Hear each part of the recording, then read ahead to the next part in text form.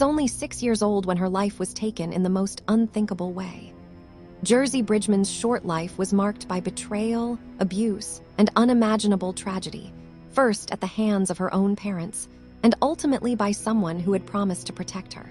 Her story shocked the quiet town of Bentonville, Arkansas, and revealed heartbreaking cracks in a system meant to protect children. This is the chilling, detailed story of how one little girl's cries for help went unheard until it was too late. Jersey Bridgeman was born in 2006 in the heart of Arkansas. From the outside, she looked like any other little girl, wide-eyed, full of energy, and eager to play. But by the time she was 5, her world had already been filled with more darkness than most see in a lifetime. In 2011, police responded to a tip about possible child abuse. What they found would haunt them for years. Jersey had been locked in a wooden box, handcrafted by her own father, each night as a form of punishment. The box was small, barely big enough for her to lie down in, and it was stored inside a closet in her home. Her father, David, and stepmother, Jersey Bridgeman, claimed they were trying to control her behavior, but what they were doing was torture. Jersey was isolated, physically restrained, and denied basic comfort. Investigators found her with bruises and scars, and the evidence of emotional and physical abuse was overwhelming. David and Jersey Bridgeman were arrested and charged with multiple counts, including false imprisonment and endangering the welfare of a minor. They were sentenced to prison. Jersey was removed from their custody, and for the first time in a long time, it seemed like she had a chance at a real life. She went to live with her mother, Desiree, and things began to change. Jersey was surrounded by warmth and stability. She started school, made friends, and played outside again. The neighborhood where they lived seemed safe, with kids riding bikes and neighbors chatting over fences. One of those neighbors was a man named Zachary Hawley. He and his wife Amanda lived right next door and had children of their own. Zachary seemed friendly, helpful, and offered to babysit Jersey on occasion. Her mother, struggling to balance work and caregiving, accepted his help. She believed she could trust him, but she didn't know the truth. Zachary Hawley was hiding dark intentions, and on the night of November 19, 2012, he acted on them. Jersey had gone to bed like normal. At some point during the early hours of November 20, Hawley entered the Bridgeman home through an unlocked door. He went straight to Jersey's room, picked her up, and carried her across the yard and into his own home. What happened next is almost unspeakable.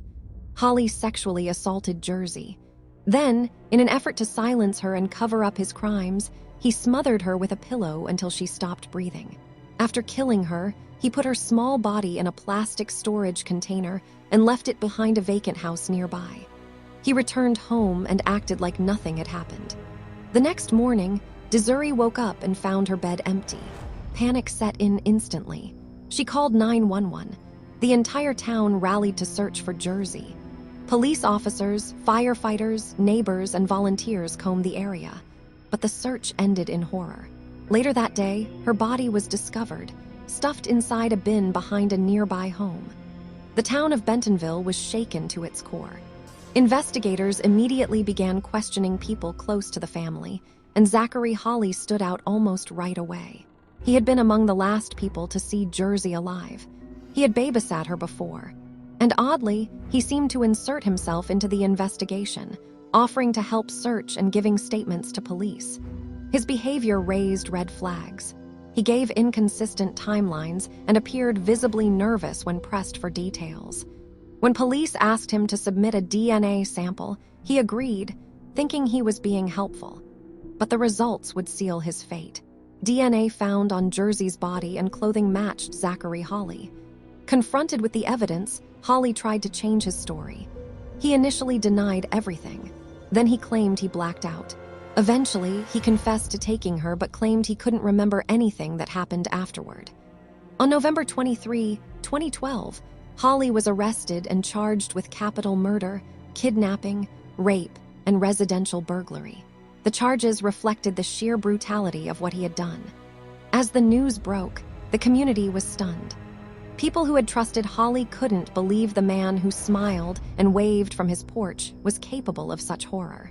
Holly's trial began in April 2014. The prosecution laid out a clear and devastating timeline of events. They showed how Holly had entered the Bridgeman home, abducted Jersey, and murdered her. DNA evidence placed him at the scene. Witness testimony linked his movements to the timeline. Forensic experts detailed the injuries Jersey sustained and how she died. The defense tried to paint Holly as mentally unstable and suffering from memory loss. But the jury didn't buy it. After a short deliberation, Zachary Holly was found guilty on all counts. He was sentenced to death, along with additional life sentences for the kidnapping and rape. The courtroom was silent as the sentence was read. Holly showed little emotion. For Jersey's family, there was no joy, only the cold comfort of justice. Her mother was devastated. She had done everything she could to give Jersey a new life, and still, evil found a way in. The community mourned together, holding candlelight vigils and fundraisers in her memory. Local schools observed moments of silence. Strangers across the country sent letters and donations. In the wake of her death, Arkansas lawmakers and child welfare advocates pushed for reforms.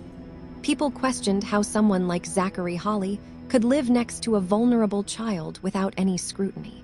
There were calls for increased background checks, better support systems for guardians, and more trauma-informed care for abused children. Jersey had already survived one horrific chapter in her life. Her death should never have happened. Her family established a foundation in her name, focused on child abuse prevention and supporting foster families. Her story became a rallying cry for child safety in Arkansas and beyond. Advocates made sure that Jersey's name would not be forgotten, that her life, though short, would spark change. Zachary Holly remains on death row at the Varner Supermax facility in Arkansas. His appeals have thus far been denied. He spends his days in isolation, far removed from the world he once deceived. But for those who knew Jersey, the sentence does little to erase the pain. She was just 6. She should have been riding bikes, learning to read, making macaroni art in school. Instead, she became the victim of a man who took advantage of trust, kindness, and innocence. A man who hid behind the mask of normalcy. A predator disguised as a neighbor. Jersey Bridgeman's story is a chilling reminder that evil can live next door. That children who survive trauma need more than just relocation.